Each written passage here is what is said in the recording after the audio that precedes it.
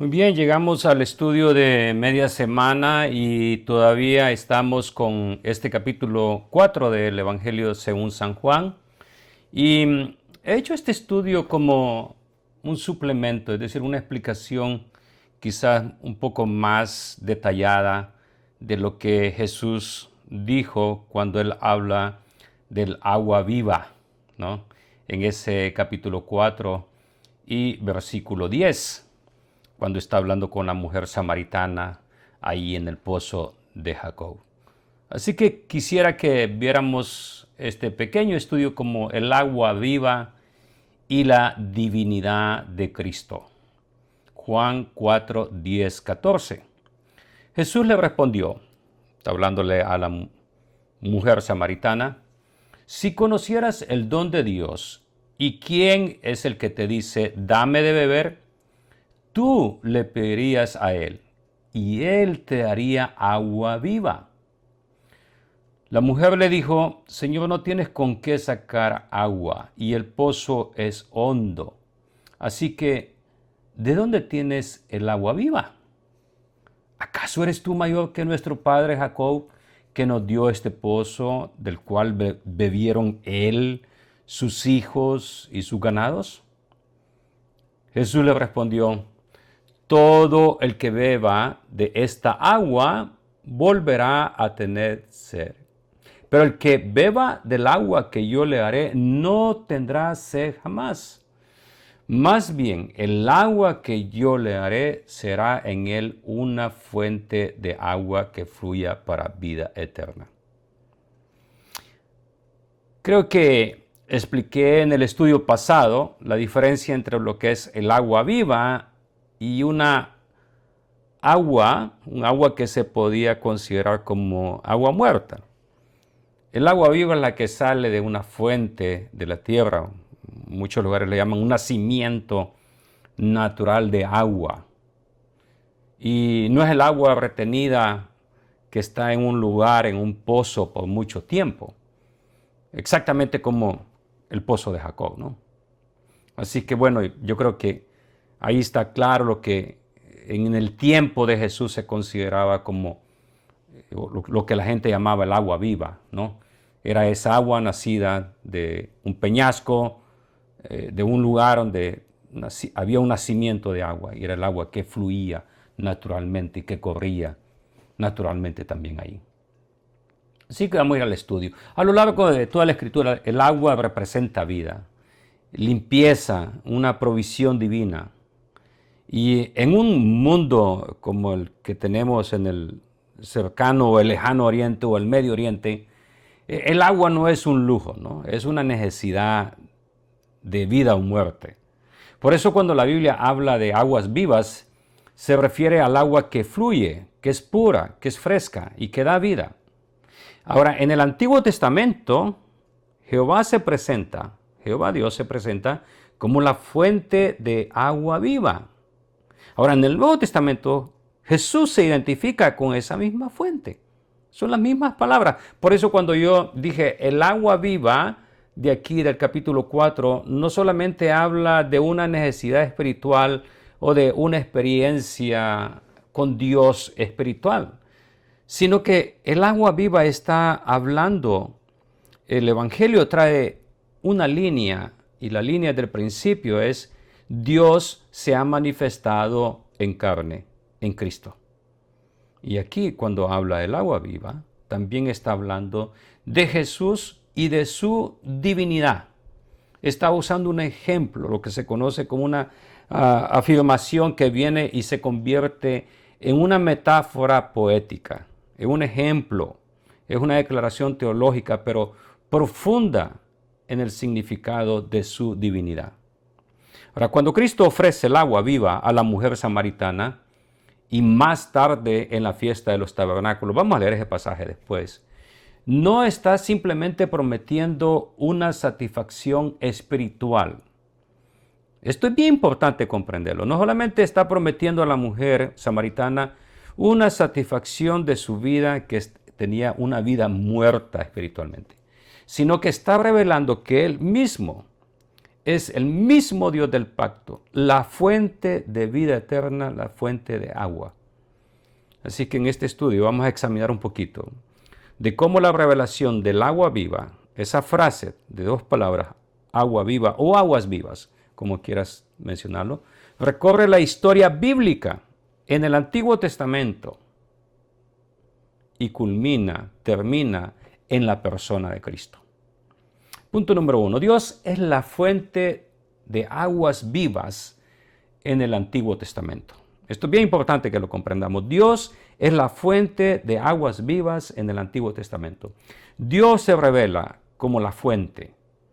En Jeremías capítulo 2 y capítulo 17. En Jeremías 2:13, Jehová se lamenta acerca de la nación de Judá o de Israel, como quieran llamarle, y dice, 2 males ha hecho mi pueblo. Me han abandonado a mí, fuente de aguas vivas, y han cavado para sí cisternas agrietadas que no retienen el agua. Aquí Dios se queja de la nación, de toda la gente religiosa en Jerusalén. Y dice, ustedes han hecho 2 males. Primero me han abandonado a mí, que soy la fuente de agua viva. Pero no solamente les bastó eso, sino que han buscado ayuda en otros lugares y han hecho para ustedes mismos, ante la necesidad de esa agua viva, cisternas, pero esas cisternas están agrietadas, están quebradas. Aquí el profeta denuncia el pecado fundamental del pueblo. Abandonaron a Dios, la fuente de vida. Pero no solamente eso, sino que encima buscaron satisfacción ¿en qué? En los ídolos, en los esfuerzos humanos. Querían de alguna manera sentirse parte de la bendición y buscaban la bendición con su propio esfuerzo y la buscaban en los ídolos, en los dioses que tenían. Y Dios lo compara esto a que están queriendo retener el agua en cisternas, pero que esas cisternas, por más agua que le echen, siempre iba a dejar ir el agua. Esto simboliza la idolatría y la autosuficiencia espiritual. Yo puedo, yo lo hago. Y Dios se deja de lado. Así que en Jeremías 17:13 repite la idea. Jeremías 17 habla y dice, abandonaron al Señor, fuente de aguas vivas. Cuando dice abandonaron a Jehová, fuente de agua viva. Abandonaron a Dios y es rechazar todo lo que Él nos da y buscar por otros lados lo que podemos encontrar en Dios. Él solamente es capaz de saciar nuestra sed del alma.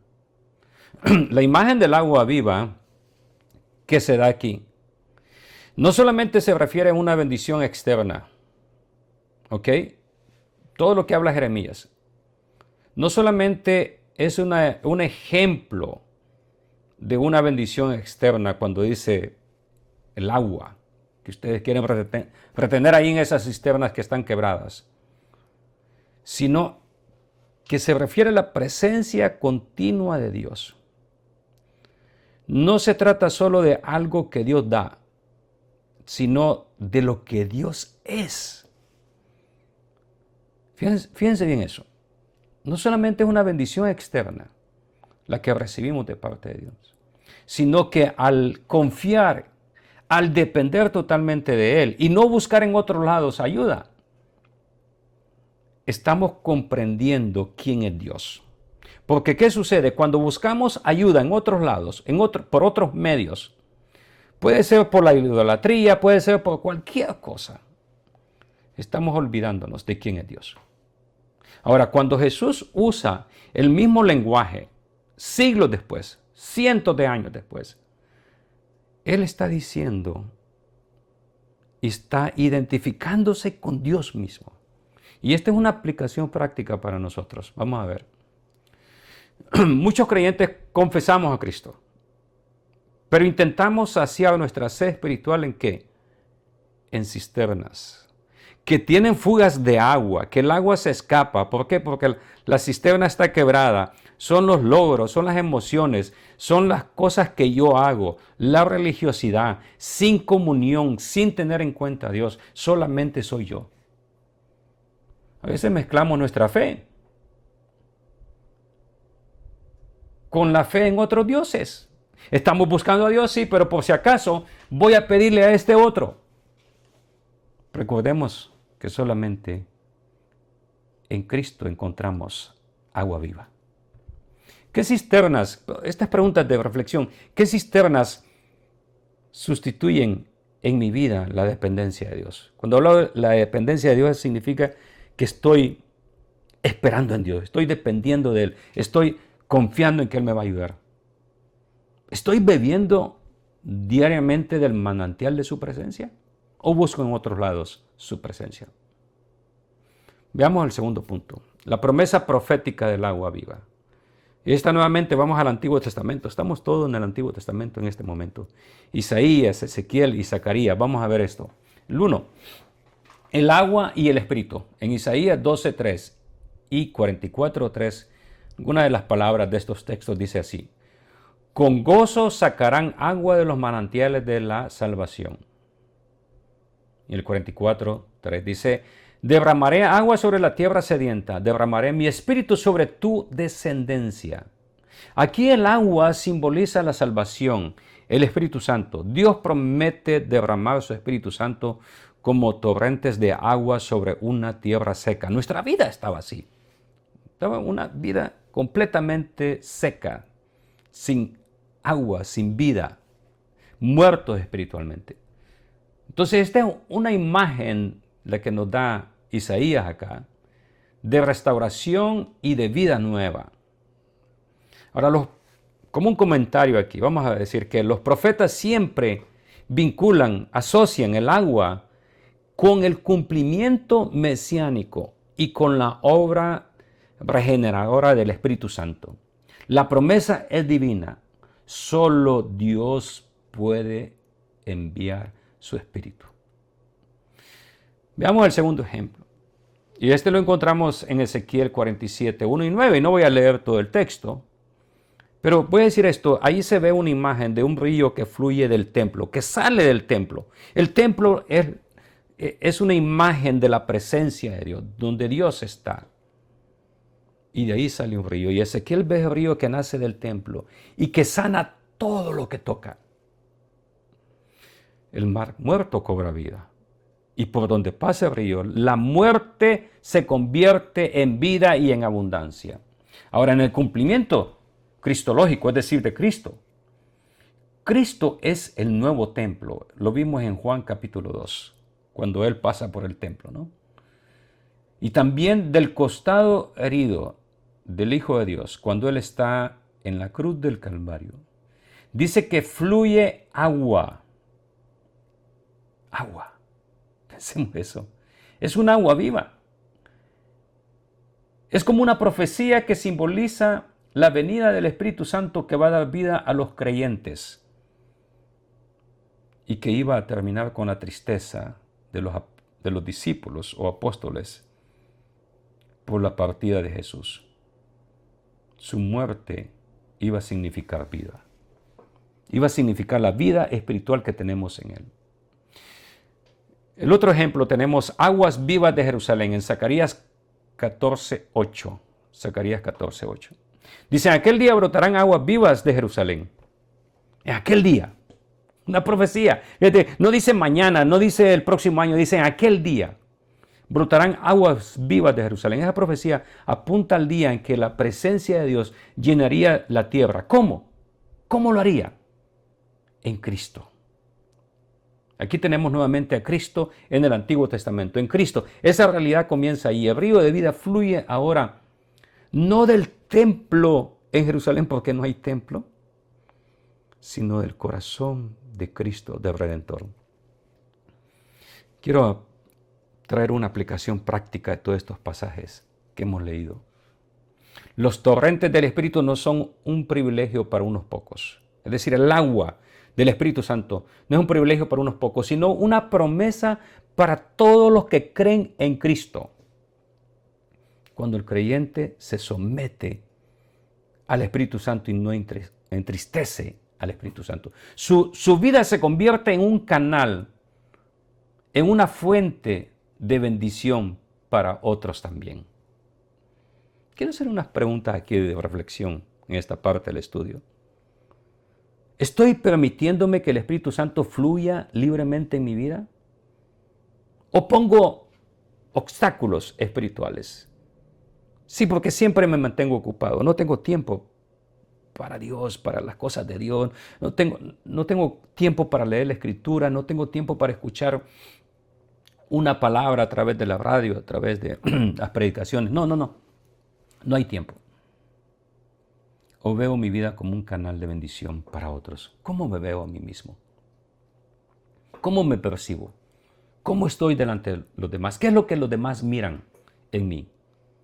¿Pueden ver que hay tristeza, que hay amargura o que hay en medio de la tribulación?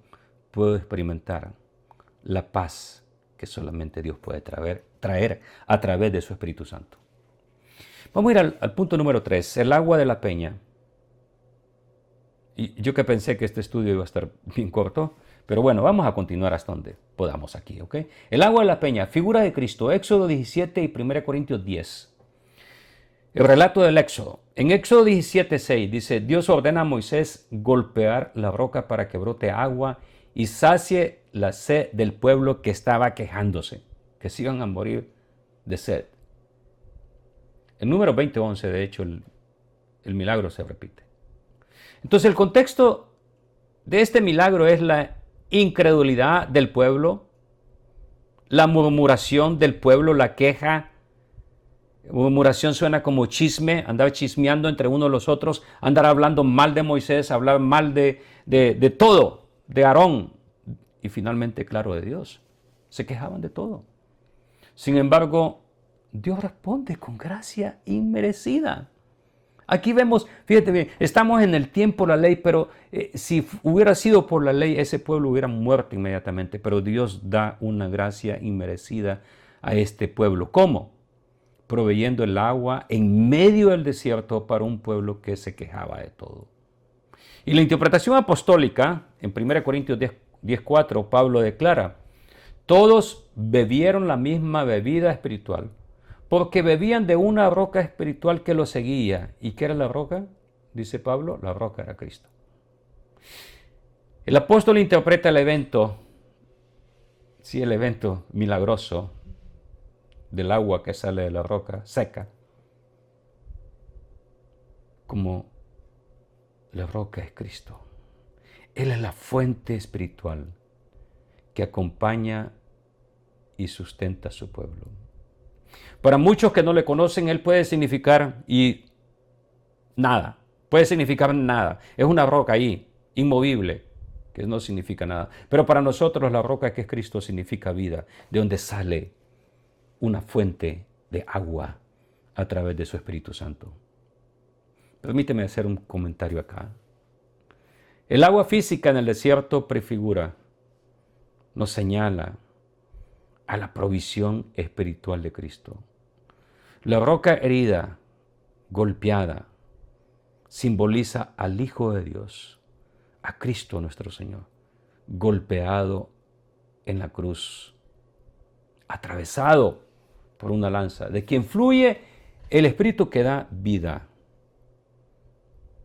Una aplicación práctica de toda esta enseñanza hasta este punto es, Dios sacia la sed de su pueblo, no solamente con provisiones temporales, sino con su presencia misma. Cristo no solamente nos da bendiciones, Él mismo es la bendición. Ahora, preguntémonos, hagamos estas preguntas de reflexión. ¿Busco las bendiciones de Cristo más que Cristo mismo? O sea, busco nada más un milagro, busco un favor de parte de Dios, pero en realidad no quiero nada con Dios. No quiero escuchar lo que Él quiere de mí, solamente yo quiero que Él me escuche lo que yo quiero de Él, lo que necesito, pero yo de él no quiero nada todavía. ¿Cómo podemos ver esta enseñanza? ¿Buscamos de Dios o no? El cuarto punto, Jesús y la mujer samaritana. Aquí vamos a volver rápidamente un poco a ese capítulo 4 y no me voy a detener mucho. Ya sabemos, Jesús se encuentra con esta mujer samaritana junto al pozo de Jacob. En ese diálogo, él pronuncia las declaraciones más asombrosas de su ministerio, ¿no? Algunas de ellas ya las vimos este domingo pasado. Pero Jesús le dice entre esa declaración, si tú conocieras el don de Dios, tú ya le hubieras pedido que te diera el agua, ¿no? El agua viva.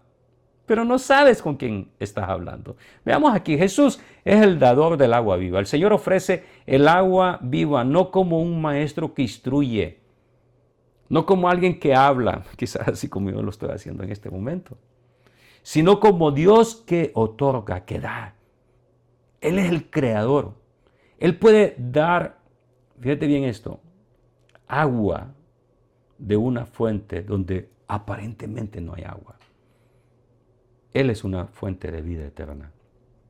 Ahora, la segunda cosa que encontramos acá, en estas palabras que le dice a la samaritana, y eso es lo que yo dije de un principio, en el primer sermón, cuando hablamos del agua y de la samaritana, es que estas palabras implicaban, señalaban, declaraban su divinidad, la divinidad de Cristo, porque en el contexto bíblico, ningún profeta ni mensajero puede ofrecer agua viva. Fíjense bien esto, ningún profeta, ningún mensajero en el Antiguo Testamento, ni Moisés mismo ofreció agua viva.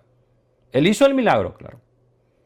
Dios hizo el milagro. Dios es el que hace el milagro. Él declaró el milagro, Moisés. Y habla que Dios hizo salir agua de la peña. No dijo, yo hice salir. Nadie puede en el Antiguo Testamento adueñarse de estas palabras. Yo te daré agua viva. Solamente Jesús. ¿Y qué es lo que dice en el Antiguo Testamento? Yo soy Jehová, la fuente de agua viva. Entonces, claramente, cuando Cristo habla que le va a dar aguas vivas a la mujer de beber, está hablando de esa vida espiritual que está representada, está declarada en el Antiguo Testamento, pero que ahora mismo se está cumpliendo en Él, en Jesús mismo.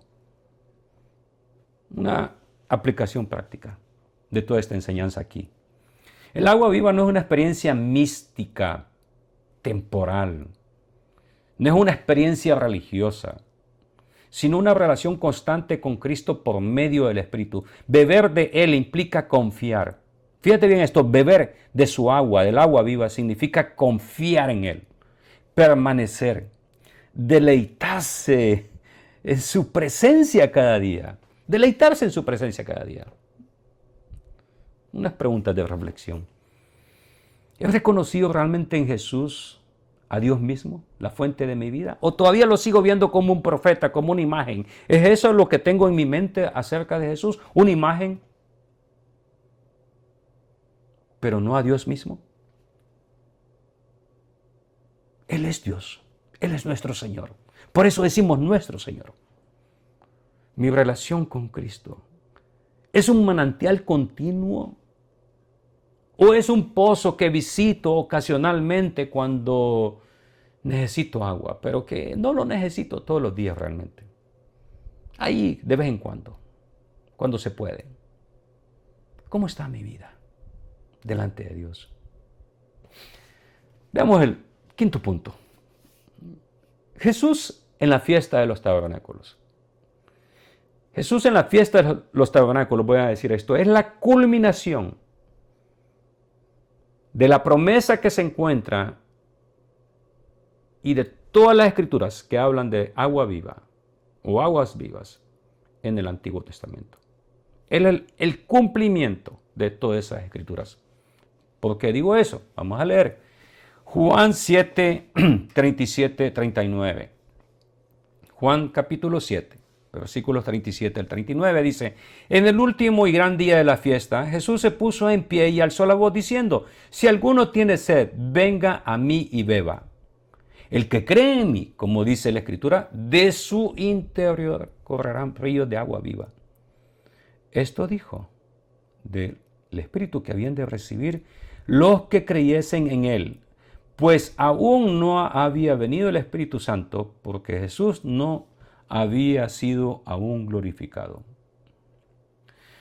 Bien, la primera parte que encontramos aquí en este capítulo 7:37 es en el último y gran día de la fiesta. ¿Qué fiesta?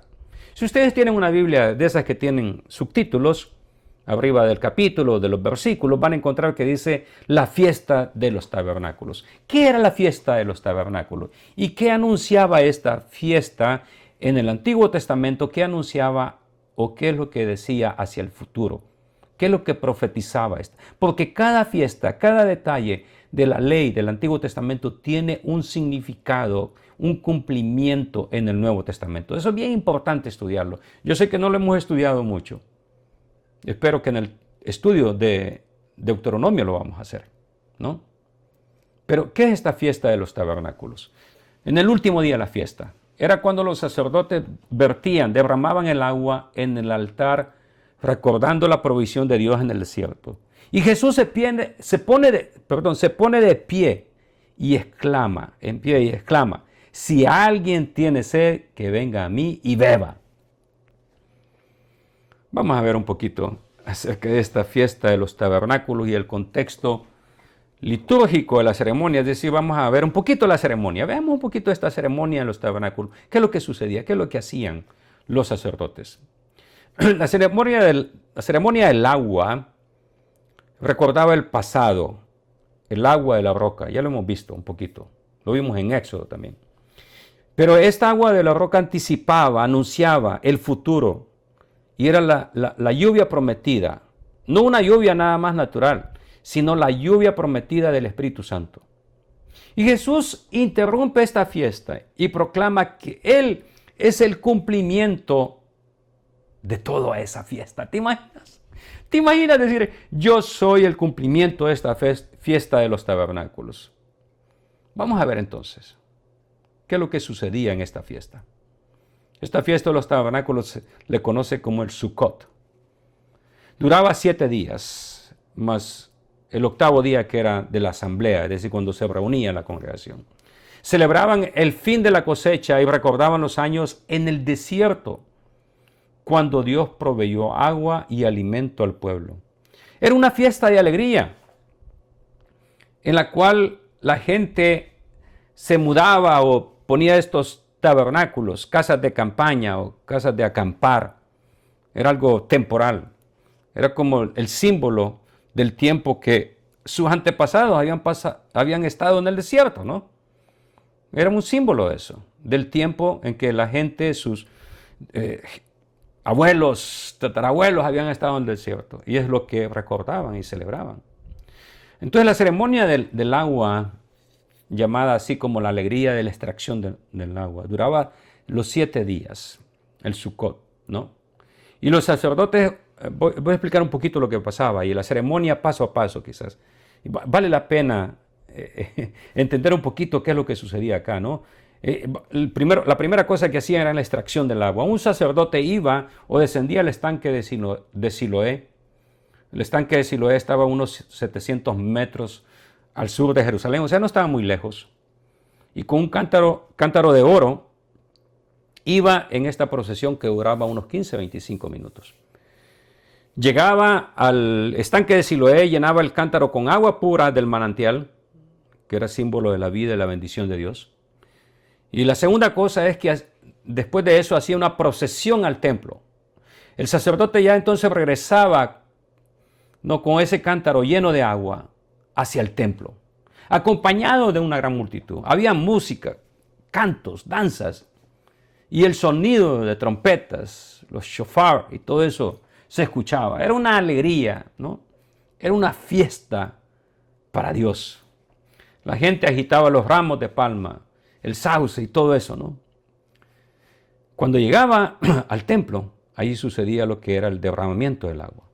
Al llegar al altar del templo, el sacerdote subía al altar y vertía el agua en una vasija de plata junto con el vino traído por otro sacerdote. Ambas vasijas tenían conductos que dejaban que el agua y el vino fluyeran juntos hacia la base del altar. Era un espectáculo esta ceremonia, ¿no? Era algo lindísimo poder ver esta fiesta. Lo que habían hecho para recordar el tiempo en el desierto, el tiempo de escasez de agua, y ahora Dios les daba agua. El simbolismo espiritual de todo esto es, el agua representa la provisión de Dios. Recordaban cómo Dios les dio agua de la roca en medio del desierto, en medio de una muerte que veían sus antepasados como algo seguro, y por lo cual se quejaban y lloraban y hablaban. También el agua simboliza la oración por la lluvia. Derramaban agua creyendo que iban a confiar en Dios y esperar por la lluvia. Una lluvia que la Biblia declara como la lluvia temprana y la lluvia tardía. Claro, ahí está la lluvia a tiempo también. Las bendiciones de Dios. Esta agua anunciaba eso, la esperanza y la confianza en Dios de que Dios iba a mandar agua para las cosechas. Pero lo más importante que esta agua representaba también era una esperanza mesiánica. Cuando hablamos de una esperanza mesiánica era, ya que los profetas como Isaías, Zacarías, habían hablado de aguas vivas que iban a fluir de Jerusalén en los días de ¿qué? Del Mesías. En los días del Mesías. El agua, también, el agua viva es el Espíritu Santo. Por eso cuando Jesús en este capítulo 7 habla y dice que el que cree en mí, como dice la Escritura, de su interior correrán ríos de agua viva. Y esto dijo, dice Juan aclara, del Espíritu que habían de recibir los que creyeran en Él. Cristo es el dador del Espíritu. Y ese acto que hizo ahí en el templo, en la fiesta de los tabernáculos, confirma nuevamente su divinidad. Es decir, que es Dios. Porque solo Dios puede enviar al Espíritu de Dios mismo. El río interior del creyente. Dice, el que cree en mí, de su interior correrán ríos de agua viva. La vida del Espíritu no es algo inconsciente, quieto, estático, algo como casi muerto, sino es algo desbordante, algo que tiene vida. El creyente, nosotros estamos llenos de vida, estamos llenos del Espíritu Santo. Y yo sé que a veces atravesamos problemas, dificultades, pero debemos de comprender de que nuestra alegría no depende de lo que tenemos o de cómo vivimos. Depende de Dios. Y en medio de las circunstancias difíciles podemos experimentar esa paz y ese gozo que solamente Dios da a través del Espíritu Santo. Recordemos, somos la sal del mundo. Un mundo sin sabor. Un mundo sin sabor es insípido, no tiene sabor. Somos la luz en medio de la oscuridad. Dios ha mandado su Espíritu para darnos vida. Y dice vida en abundancia. Una aplicación práctica aquí. El Espíritu Santo no es un lujo opcional. No es algo, ni siquiera un adorno que se ve bonito en la vida del creyente, sino la evidencia de la vida de Cristo en nosotros. Beber de esa agua de vida que Cristo nos da nos transforma a nosotros mismos también en fuente para otros que podemos llevar esperanza. Podemos llevar esas palabras de vida y esperanza. Debo de preguntarme aquí, estas preguntas de reflexión, debo hacerme estas preguntas de reflexión. ¿Estoy viviendo una vida que fluye con el poder del Espíritu Santo? ¿Estoy dejando que el Espíritu Santo fluya en mi vida? O como dije antes, estoy muy ocupado, no tengo tiempo para Dios. Soy consciente de que Jesús como Dios mora en mí por medio de su Espíritu Santo. Y yo sé que para muchos esta es una idea, una enseñanza que no le encuentran sentido. ¿Cómo es posible que Dios esté en mí? Sí. Esa fue su promesa.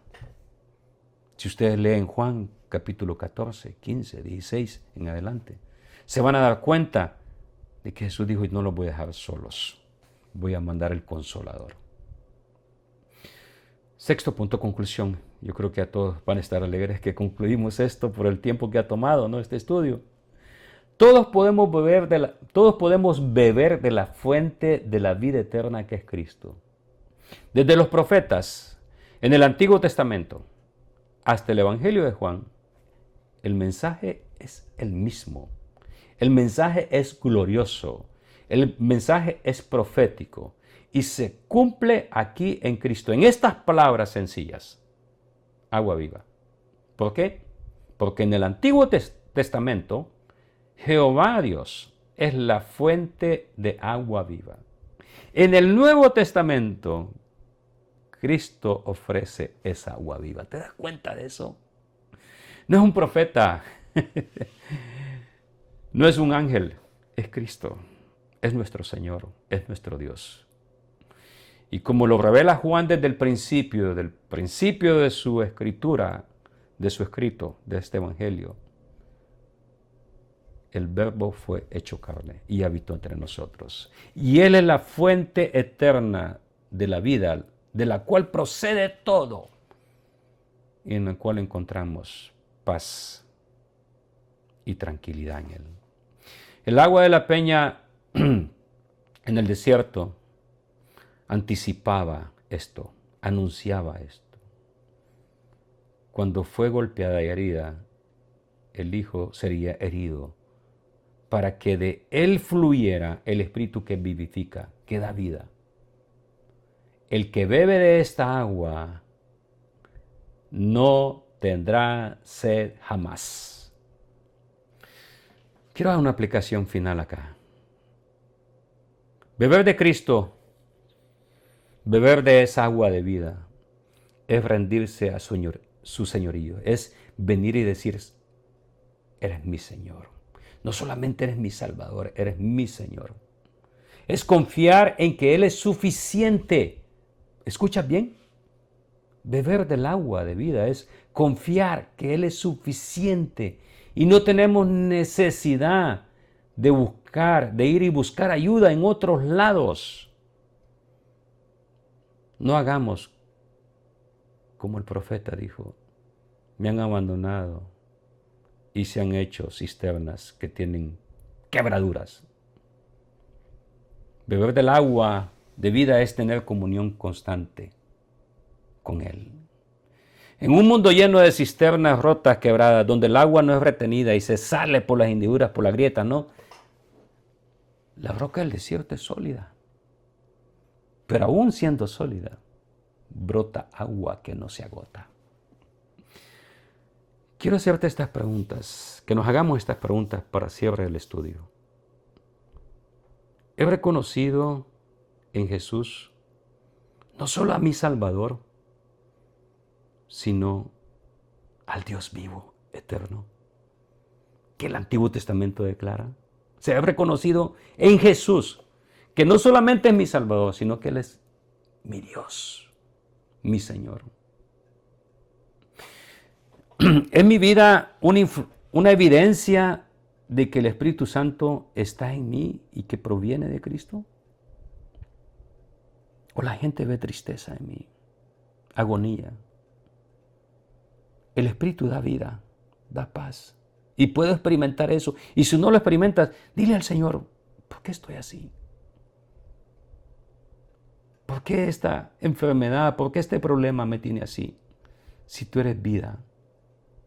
Y quizás la vida en el cuerpo se puede terminar. Y un día, de hecho, va a terminar en todos nosotros, tarde o temprano. Pero podemos llegar al final de esa vida con esa esperanza en Cristo y que solamente proviene de Él. Ahora, la última pregunta es, ¿cómo puedo invitar a otros a venir a esta fuente de agua viva? ¿Cómo puedo dar palabras de esperanza a aquellos que necesitan escuchar de Dios? Y esa es mi oración y mi petición en esta oportunidad, es que podamos ser conscientes que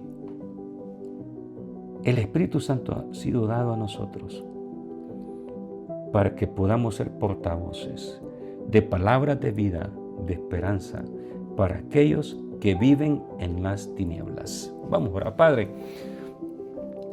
amado, permite que mi vida sea un reflejo de esa fuente de agua viva.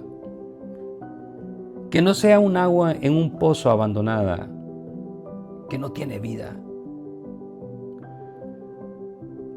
Que sea esa agua que lleve vida, esperanza, paz a aquellos que me rodean.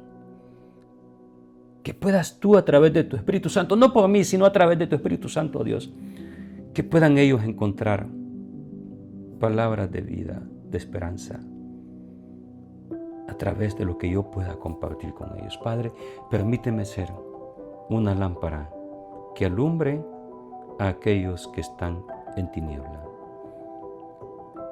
En Cristo Jesús te pido esto, oh Dios. Amén y amén.